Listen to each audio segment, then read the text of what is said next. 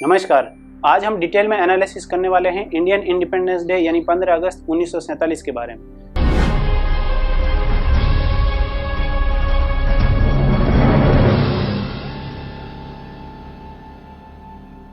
स्वतंत्रता दिवस यानी आज़ादी का दिन।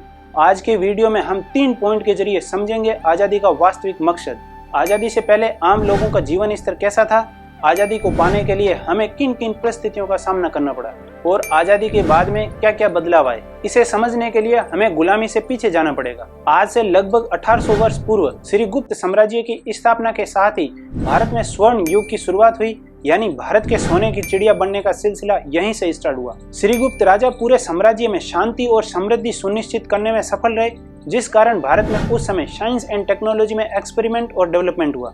सबसे महत्वपूर्ण बात यह है कि इस अवधि में ही हिंदू संस्कृति का प्रसार हुआ। चंद्रगुप्त प्रथम और समुद्रगुप्त गुप्त वंश के प्रसिद्ध शासक थे। ये सिलसिला लगभग 1000 वर्षों तक चला।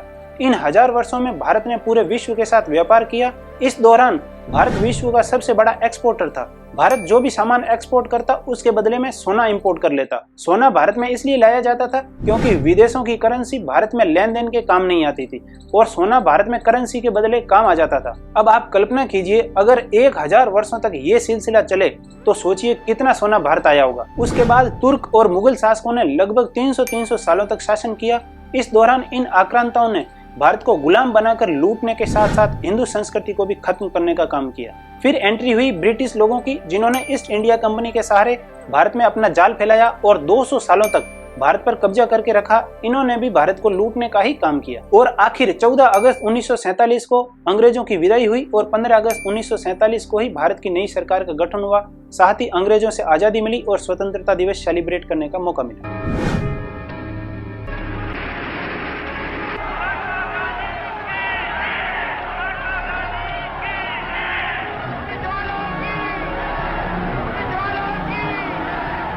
अब वापिस आते हैं अपने मुख्य पॉइंट पर और बात कर लेते हैं आजादी से पहले के जीवन स्तर की। तो आजादी से पहले भारत की मैक्सिमम पॉपुलेशन गांव में बसती थी। गांव में ज्यादातर लोगों की आर्थिक स्थिति खराब थी क्योंकि उनके जीवन यापन करने का एक ही तरीका था, कृषि, वो भी ऐसी जो मौसम आधारित थी। इसलिए बड़े हिस्से में किसान गरीबी की समस्या से जूझते रहते थे।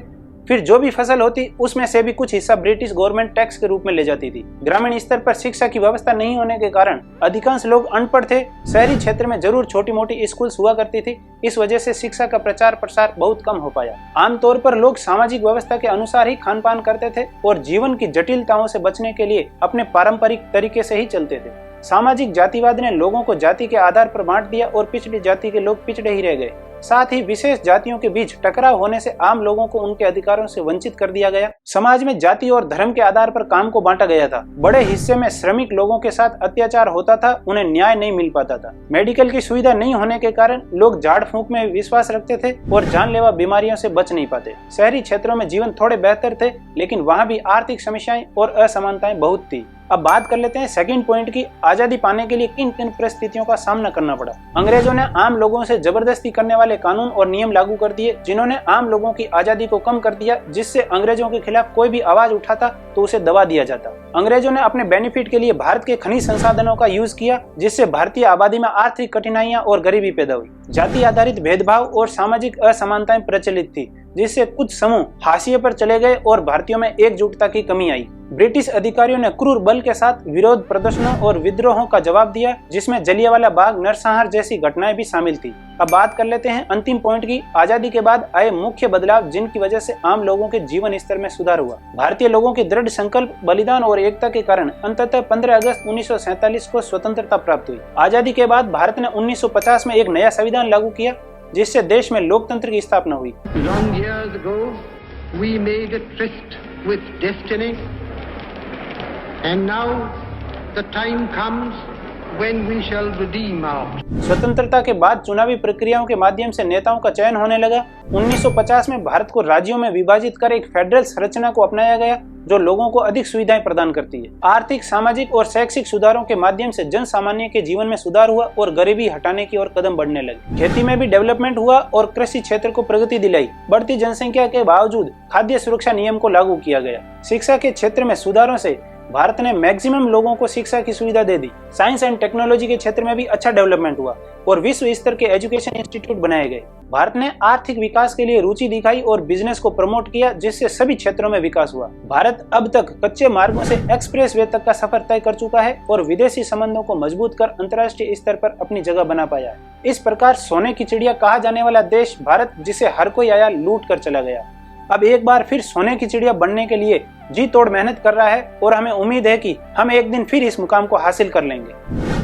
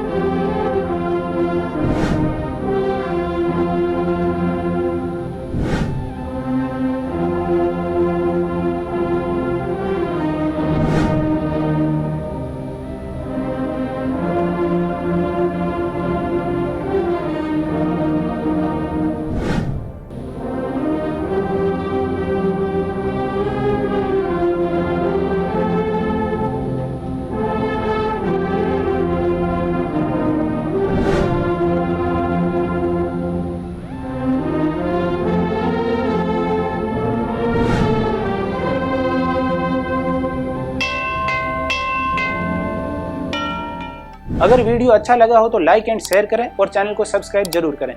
जय हिंद।